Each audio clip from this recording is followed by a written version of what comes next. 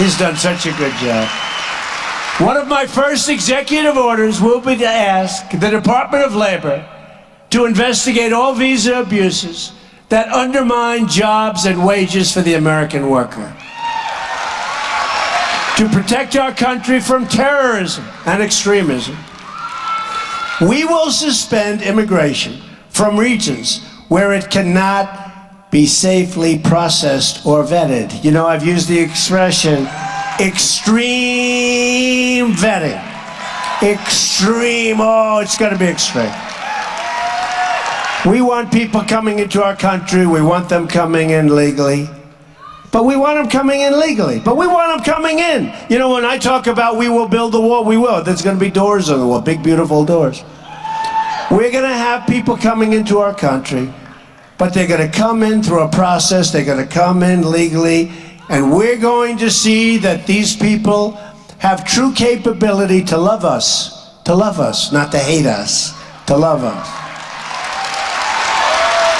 Earlier today, I visited the campus of Ohio State University, great, great place, to meet with the victims of the terrible attack that occurred only days ago, along with first responders who were terrific. One young man did a phenomenal job, saved a lot of lives.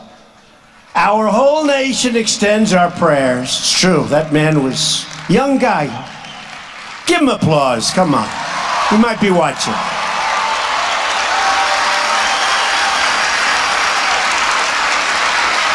So our whole nation extends our prayers, our support, and really our solidarity, because we are solid. We are going to be together. We're going to be a strong, strong, together nation. You know, I was lucky enough to receive the Time Person of the Year. They used to call it Man of the Year, but they can't do that anymore, so they call it Person.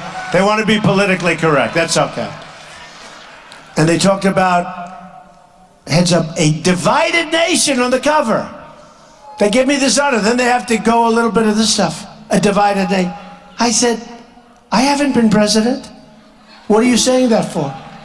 But you know what? We're going to bring the nation together. We're going to bring the nation together. We're not going to have a divided nation.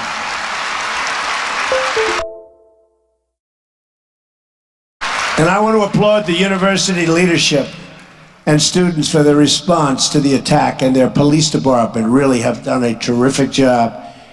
And it's swift, life-saving work. I mean, they have really been, it was incredible. I met them today, they were great people.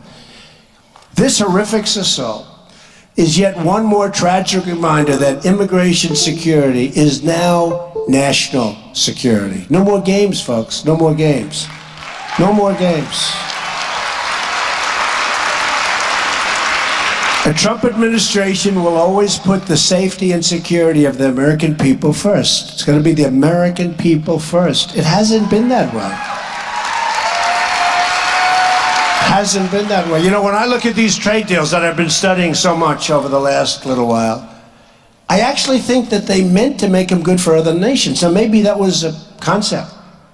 Because I say, how could agreement be so bad? Is it possible to be so bad? I really believe that they meant to make it good, maybe to help the other nation. But they're killing us. Are we tired of this? They're killing us, okay? How many of these can you do? So we'll change them around and we'll get it going. And you see what's going on. You see what's going on Wall Street. It's a beautiful thing. All over the world they're talking about our country. And we haven't even started yet, right? Wait till we start. Wait till we start. Such potential.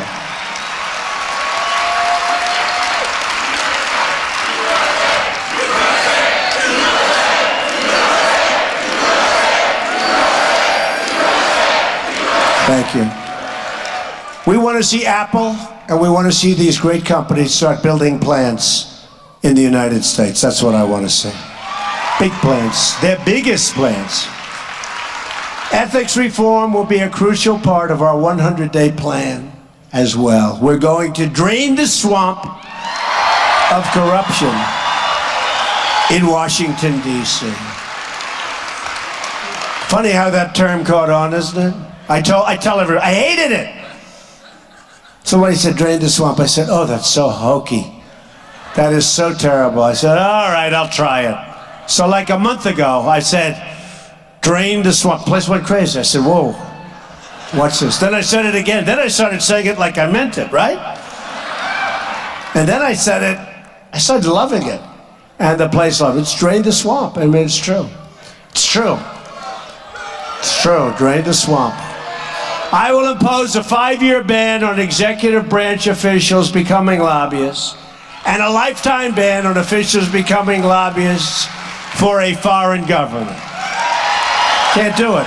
Can't do it. Not going to help. We face many challenges, but this is truly an exciting time to be alive. The script is not yet written. We do not know what the page will read tomorrow. But for the first time in a long time, what we do know is that the pages will be authored by each and every one of you.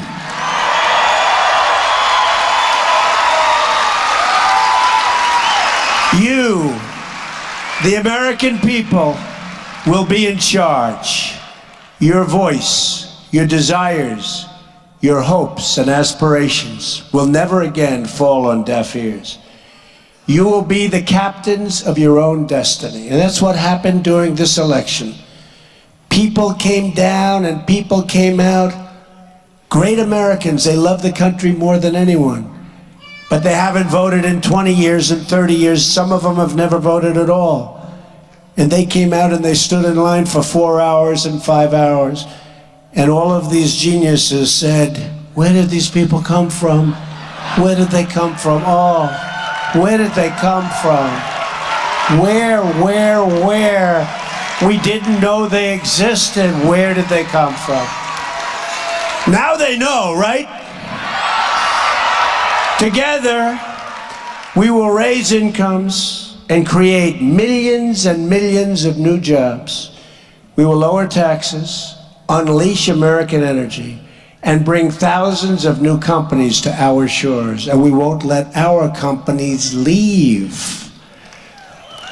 We will reestablish the rule of law and appoint justices to the United States Supreme Court who will uphold and defend the Constitution of the United States.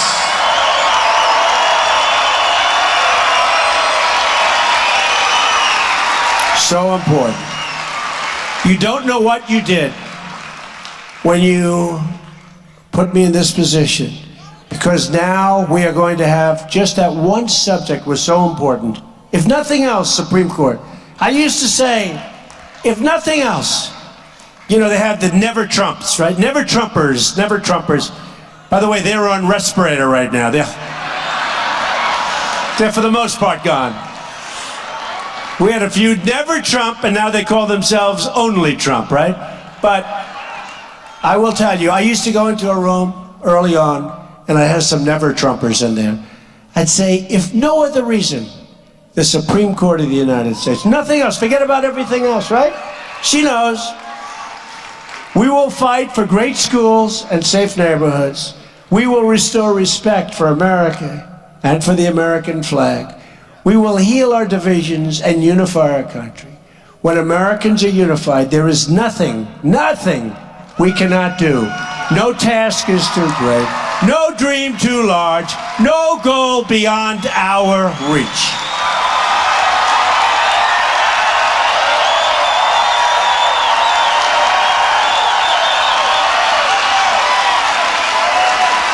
My message tonight is for all Americans, from all parties, all beliefs, all walks of life. No matter your age, you're invited to join this incredible movement. I am asking you to dream big and bold and daring things for your country. I am asking you to believe in yourself, and I'm asking you to believe again in America. It's going to be great. It's going to be great.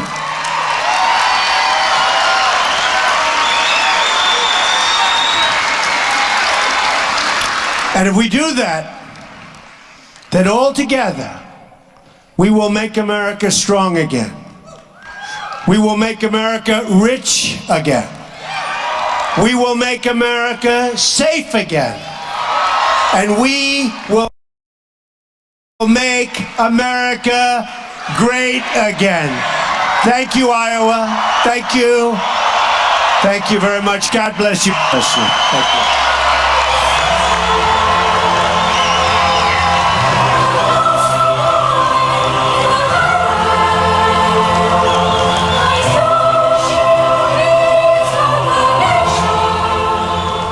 Breaking tonight, that was President-elect Trump wrapping up the third stop on his thank you tour, which is taking him to some of the biggest states that he won across the country. And while the crowd in Des Moines may have been going wild for the president-elect just a moment ago, that's nothing compared to the hysteria among some Democrats over Mr. Trump's pick to head the Environmental Protection Agency. Welcome everyone to the Kelly File tonight. I'm Sandra Smith in for Megyn Kelly. Well, President-elect Donald Trump and VP-elect Mike Pence taking the stage just a short time ago in Iowa as part of their ongoing thank you tour, to which they added yet another new stop just this afternoon. But that's not what has folks talking about the incoming commander-in-chief today, as folks on the left lose their minds over the decision to tap Oklahoma Attorney General Scott Pruitt to head the EPA. But as Mr. Trump made clear just moments ago, he's not backing down on any of his picks. And you saw today Scott Pruitt, who's tremendous guy, who has been met with tremendous applause from the business community. We're going to protect the family farm, and we are going to end the EPA intrusion into your lives.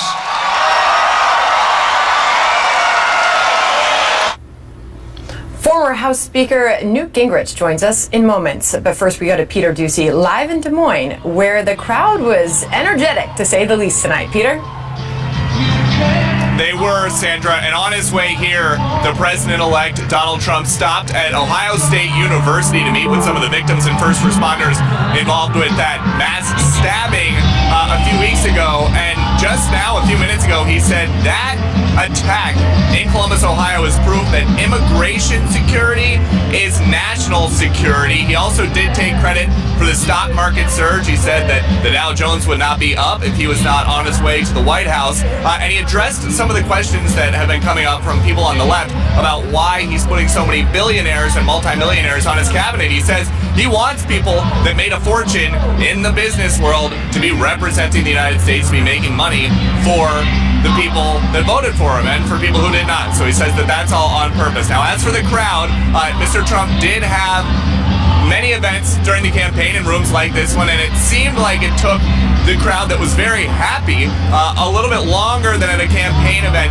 to get really excited, really loud. But once they saw with their eyes in person Mr. Trump, it was just like the summer, just like the fall, in all of the swing states that he is now revisiting on this thank you tour.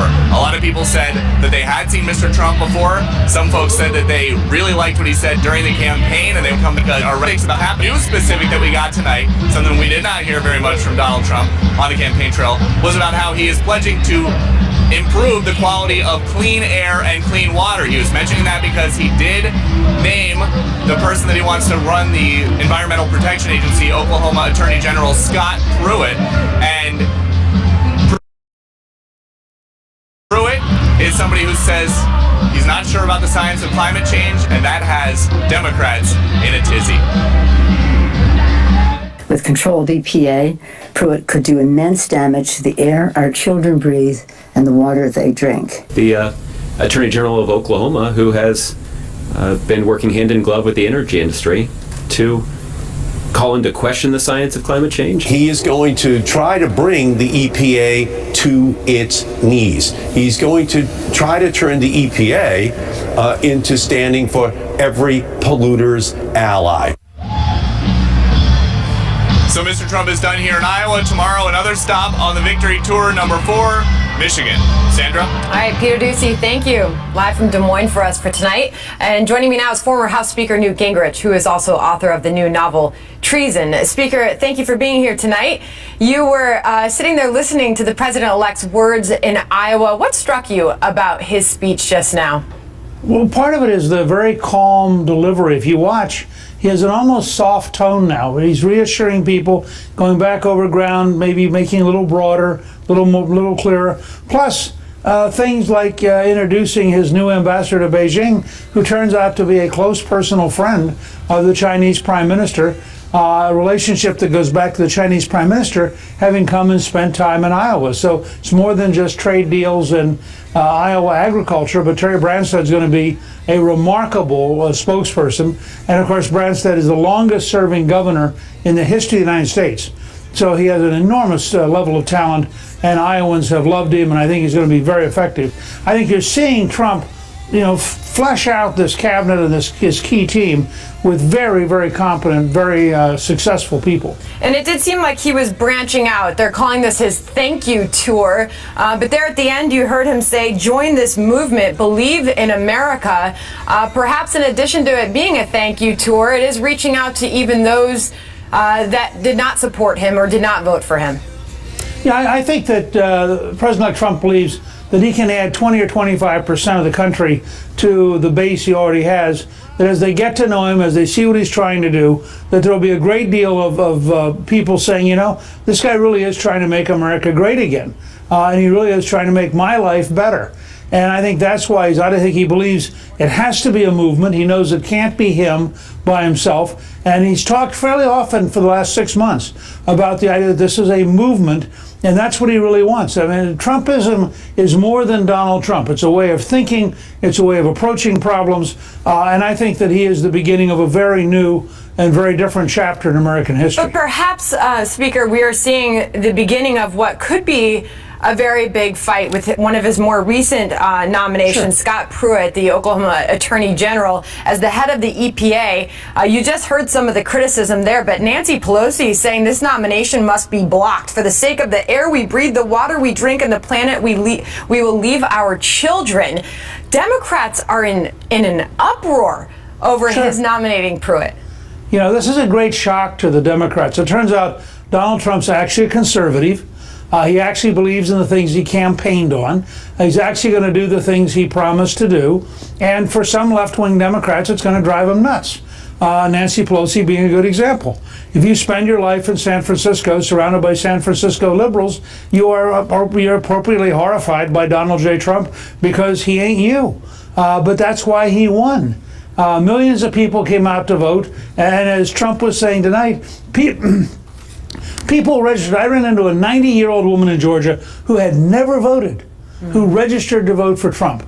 And I think that the left doesn't realize there was a big block of folks who want to send a signal to the left. We don't agree. Notice when he said we're going to get the EPA out of your life, there was spontaneous applause in Iowa because farmers have seen the EPA as a major problem and a major headache for them just running their family farms. There was obviously a strategy there to meet with Al Gore and Leonardo DiCaprio and then announce Scott Pruitt as the head of the EPA. But our own Chris Direwalt, Speaker, I wanted to run this by you.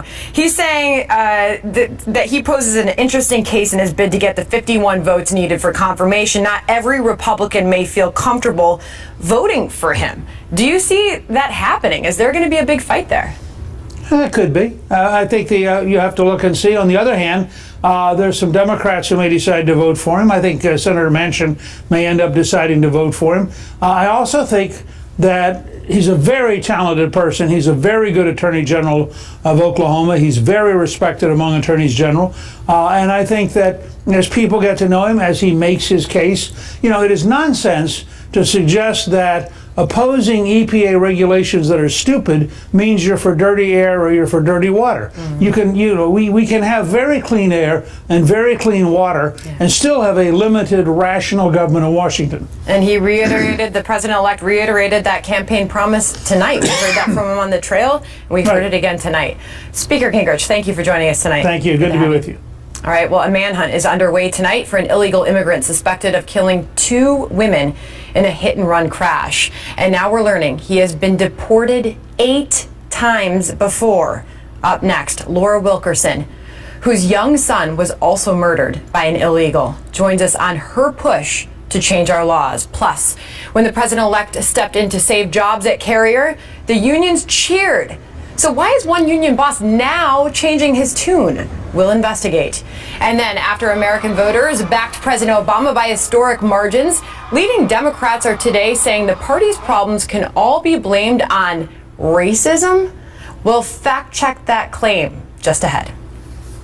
I think there's a reason why attitudes about my presidency among whites in northern states are very different from whites in southern states. And we will put an end to illegal immigration and stop the drugs from pouring into our country. Well, that was President-elect Donald Trump in Des Moines, Iowa, just a short time ago, promising to tackle the issue of illegal immigration. It comes as a manhunt is underway for a dangerous illegal immigrant accused of killing 2 women in Kentucky in a hit-and-run crash. Authorities say he had been deported 8 times. And he even told border agents that he'd repeatedly crossed into Texas by wading and rafting across the Rio Grande River. Joining us now, Laura Wilkerson. Her son Josh was killed by an illegal immigrant in 2010.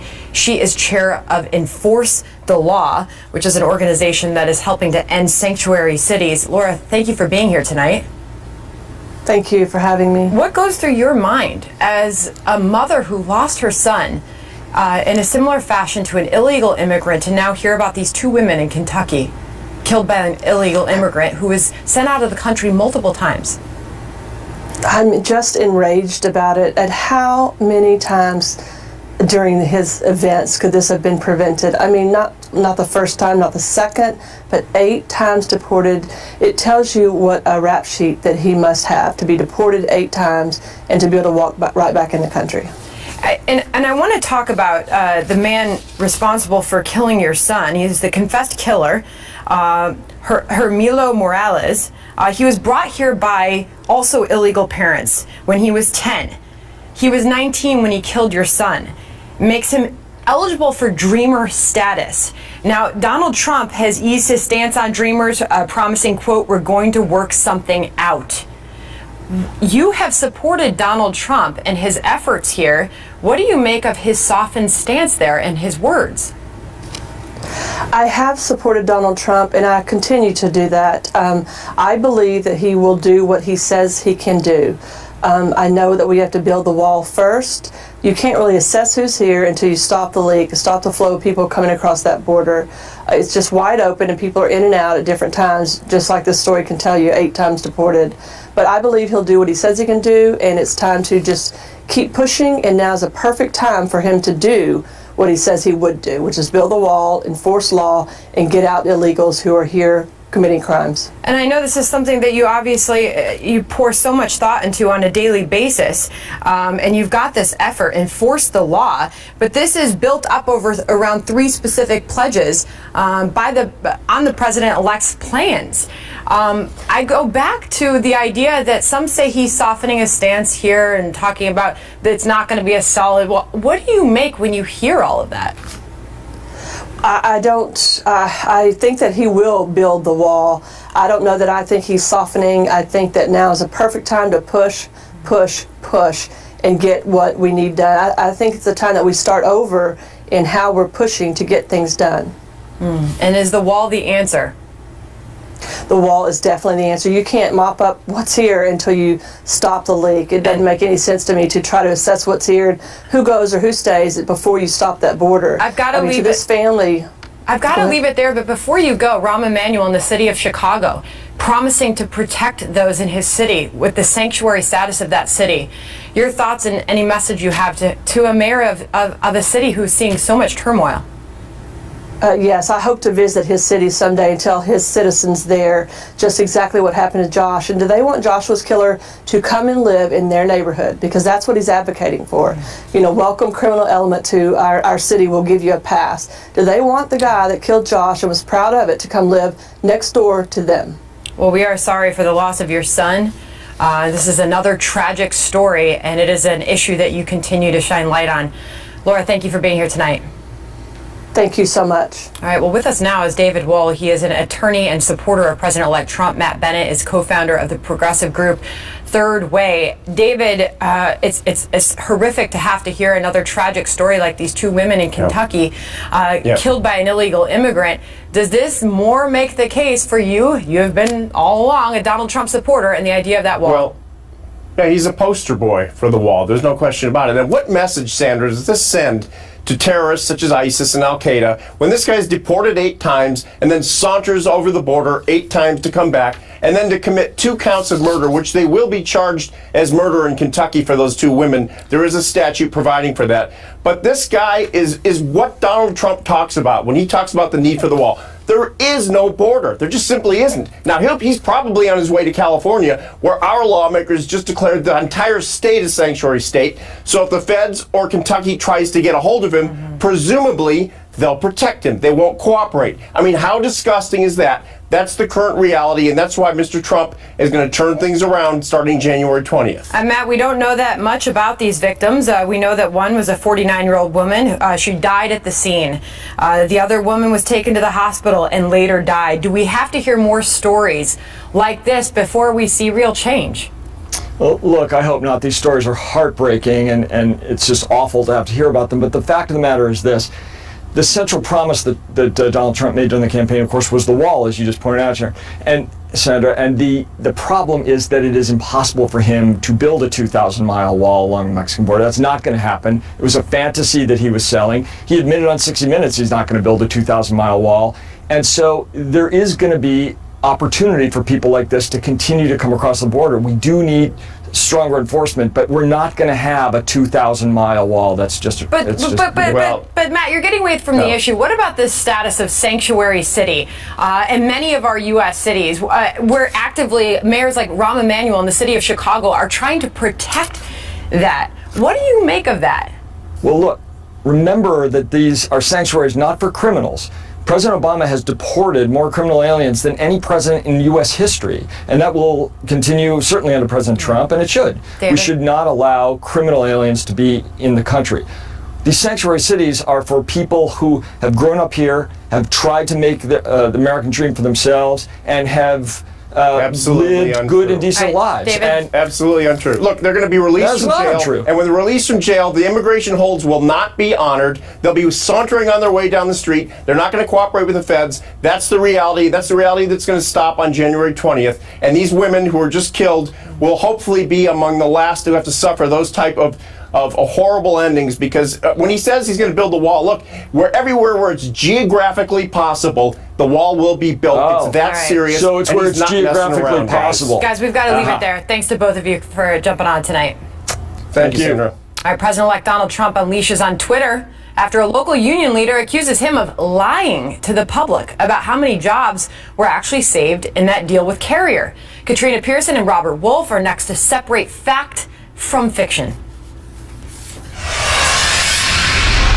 Of our president-elect, a company that had announced that they were pulling up stakes from Indiana and going all the way to Mexico, closing their doors because he reached out, because he described a vision for a growing America, an America that puts American workers first. Carrier decided to keep more than 1,000 good-paying jobs in the state of Indiana. And make no mistake about it, Carrier decided to stay in America because Donald Trump was elected president of the United States. Well, that was Vice President-elect Mike Pence touting Donald Trump's deal with Carrier to keep more than 1,000 jobs in the U.S. His comments come in the middle of a feud between the president-elect and a local union leader who's been attacking Mr. Trump in the media and accusing him of lying to the public about how many jobs have been spared. For more on that, we go to Chief National Correspondent Ed Henry. Sandra, shortly after the election, Donald Trump had vowed that as he got closer to taking power, he'd pull back on some of the more incendiary tweets. But this week alone, officials at Boeing and now Indianapolis union leader Chuck Jones are still feeling the heat. Jones says he's getting threats to his children after appearing on CNN last night and questioning just how many jobs the president-elect really saved at Carrier. The union chief had previously told the Washington Post that Mr. Trump lied his, butt off, and then said last night Mr. Trump was counting at least 350 jobs that were never supposed to move to Mexico. That was too much for the president-elect, who we know likes to watch a lot of cable TV and fired back in real time, tweeting out, quote, Chuck Jones, who's president of United Steelworkers 1999, has done a terrible job representing workers. No wonder companies flee country. Jones then went back on CNN via phone and was none too pleased with the president-elect, saying he simply does not pay a lot of attention to Mr. Trump. Well, first of all, that wasn't very damn nice. But with Donald Trump saying that must mean I'm doing a good job, because these people are making a decent wage at Carrier, and I feel like I'm somewhat involved in making that happen, where he does everything he can to keep the unions out in his hotels and casinos here in this country, depriving them of making a living wage. Mr. Trump got the final word, yes, on Twitter, declaring if the union boss was really so good, the jobs never would have been leaving Indiana in the first place. And he added it's time to reduce union dues for good measure, and for Jones to spend less time talking and more time working. Sandra? All right, Ed Henry, thank you. Joining me now with more, Katrina Pearson, former Trump campaign national spokesperson, and Robert Wolf, former economic advisor to President Obama and Fox News contributor. Katrina, I'll start with you first. We had this big announcement, Thanksgiving job, Thanksgiving Day, over 1,000 jobs were going to be saved at the Carrier plant in Indiana. And then in the Wednesday that followed, we heard from that union leader, Chuck Jones, say he pulled it off. The man deserves credit, he even said, for what he did for these Carrier folks, without a doubt. A week passes, Katrina, and he's saying he's lying his you-know-what off. What so drastically changed? Well, I think that's a question you should ask the union leader, but we do know if you criticize the president-elect, you get to go on TV all day, and that's exactly what's been happening over the last couple of days. But, you know, there's really no breaking news with the simple fact the president-elect defended himself on Twitter after being publicly attacked, viciously, might I add. I can't even repeat exactly what he said because of the expletive that was involved in calling the president-elect a liar. But the fact is that the CEO of United Technologies, Greg Hayes, was with President-elect Trump and Vice President-elect Pence at the Carrier plant to make the announcement that over 1,000 jobs were saved. So, is it a discrepancy in the numbers, Robert? What happened here? Well, I think, first of all, Chuck's protecting the workers who did not get saved. But I have to give credit to President-elect Trump. He saved 700 jobs or 1,100 jobs. Whatever the number is, that's good for the country. And, you know, my hope is that once President-elect Trump's in office, he doesn't use Twitter as his bully pulpit. He'll be the most powerful person in the world. You have a problem with his use of Twitter?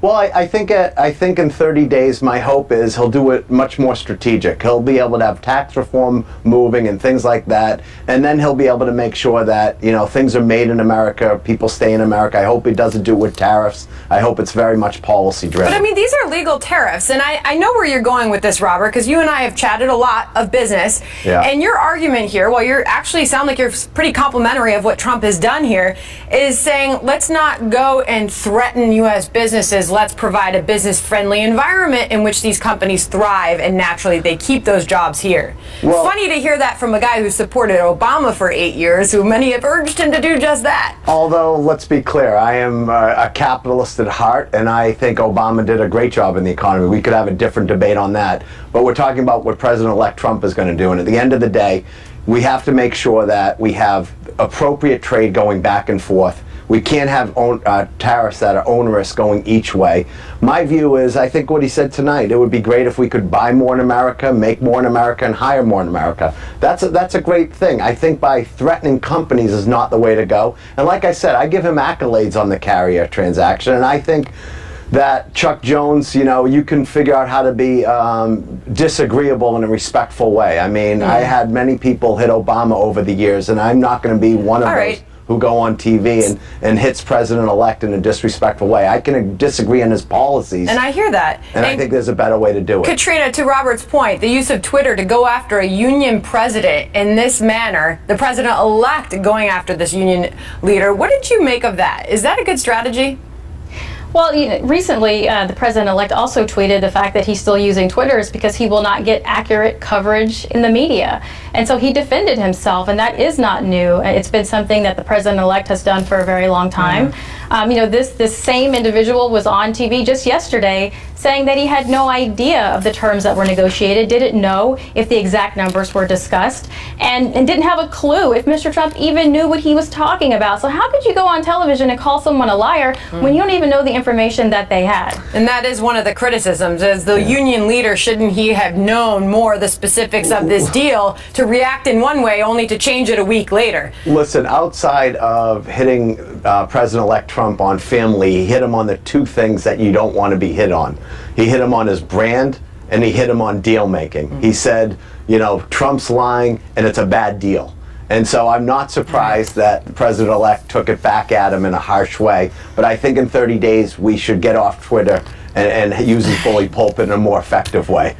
All right, it's been pretty effective for him, Robert. I've got to leave it there. Katrina, Robert, thank you to both of you for joining us tonight. We're a little squeezed for time because of Donald Trump talking at the top of the hour. Despite the fact that President Obama twice won the White House by historic margins, now that the Democrats are down in the dumps, the president and his advisors are saying racism is to blame. Karl Rove and Mo Elleithee on that next. Fallout tonight from a new special on President Obama's legacy that opened with a nearly 20-minute segment on race. It featured interviews with the president and his top advisors, suggesting racism was to blame for some of the opposition to the president's policies. And while we've heard this complaint before, the language coming from the White House seems more pointed than ever. Watch. Did race play a role in the brick wall of Republican resistance to Barack Obama? It's indisputable that there was a ferocity to the opposition and a lack of respect to him that was a function of race. These sort of suppressed racial feelings and these suppressed racial resentments actually, rather than being quelled by Obama's rise, were actually unleashed by Obama's rise.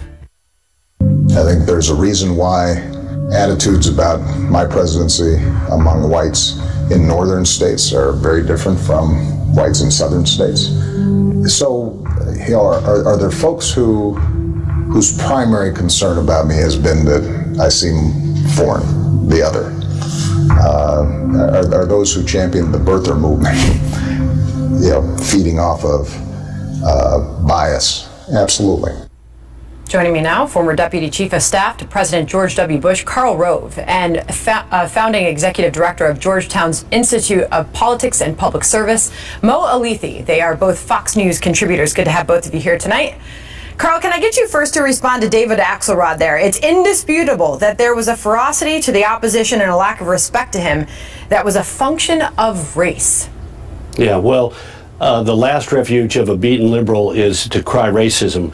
To suggest that opposition to President Obama's liberal policies was a result of Republicans being a bunch of bigots, that they opposed him on Obamacare because they were racist, that they didn't like his stimulus bill and his economic policies because they hated black people, that is condescending, insulting, and fundamentally wrong. There are deep divisions in this country that were there in 2009 and forward, and they were ideological in nature. And to suggest that the president was opposed simply because he was an African American and his opponents were white is, I just think, beyond the pale. And Mo, what did you make of that? I mean, do you see any truth in President Obama's response there about attitudes towards his presidency are different in the North than in the South? Well, one part of that interview that didn't make it into the clip that just aired was that the president was saying it wasn't the mainstream Republican opposition, it wasn't even a majority of the opposition to him that was race-based, but that there was an element, mostly on the fringe, that was making a lot of noise and distracting and taking up a lot of time. How many weeks and months did we have to talk about the birther movement? That wasn't mainstream, and I think even the president acknowledges that. But okay, so Karl, let me get you to drive a lot of the conversation. Karl, let me get you to respond to that. And Mo, I have that quote for you. Obama said he didn't view racism as a major component of mainstream Republican opposition to his policies. Instead, he said it exists on the political fringe. Well, that's not what David Axelrod said, and that's not what the host of the program, Fareed Zakaria, says. For example, at one point, when he begins to turn to the discussion of the Affordable Care Act, he says, quote, rage over Obamacare was turning to race, end quote. So I make the point that this president was very delicate in how he said it, but the implication was clear. People who disagreed with me, particularly if they were in the South, and they were white, was on the basis of race. I'd make 2 points. One is that he's fundamentally wrong about the difference between whites in the North and whites in the South. Ben Shapiro did a really excellent piece today in which he recalled the 2013 Gallup study that found that attitudes among people, whites in the South and whites in the North, with regard to race relations and to where blacks and whites were living, were largely the same. And he said the Gallup study said attitudes that might have existed in the 50s and 60s in the South had changed dramatically in the decades since. So maybe the difference is that people in both the North and South, particularly in rural areas, heard the president when he mocked them, saying that people, in those kind of places just cling to their religion and their guns. And maybe there were true philosophical differences between people who disagreed with his policies and the president. And to treat those as being largely or even substantially derived from race is really, really fundamentally wrong. And I'm disappointed that the president would make that, and that Fareed Zakaria would further it with his language. And Mo, with the last few seconds that we have, you're pointing out the historic election. Looking at President Barack Obama's 2008 win, he won 41% of white men, 46% of white women. Look, I am not one of these Democrats who argues that all Republicans or all Trump supporters are racist, because they're not. But I do think both parties need to take a step back and be honest in looking at themselves. The Republican Party did attract a significant number of these racist elements into the party. That doesn't define the whole party, but it did draw it in. Democrats cannot say thanks for joining that us. We'll be right Republicans are all back. racist. Coaching means making tough choices. Jim, you're in. If you haven't picked up your copy yet, what are you waiting for? The rave reviews, they're pouring in. Carol says this book should be read by young women as a life lesson. Much can be learned from Megan's approach to life, and I am forever grateful that she shared so much of it with all of us. Arnold added a real eye-opener. If you are truly objective, then read this and you will see who the real bullies are. Trisha Parsons writes, I don't want to put the book down. This book is not only a great read, but it is very inspirational. I find myself reflecting on my own life, wondering what I can do to make my life more fulfilling. Thank you to Megan Kelly for writing this book. And Rocket City Lady says, settle for more is honest without pretense. She charmingly tells her story and openly shares vulnerable moments in her life that most of her readers have more than likely experienced. I loved the book so much that I bought one for each of my daughters. You can buy your own copy of the New York Times bestselling book, Settle for More, online and in stores now. It makes a wonderful Christmas gift, and if you haven't noticed, Christmas is coming. We're like 17 days out. The election's gone, the holidays are here, it's going to be summer before you know it. Thanks for watching tonight, everybody. I'm Sandra Smith.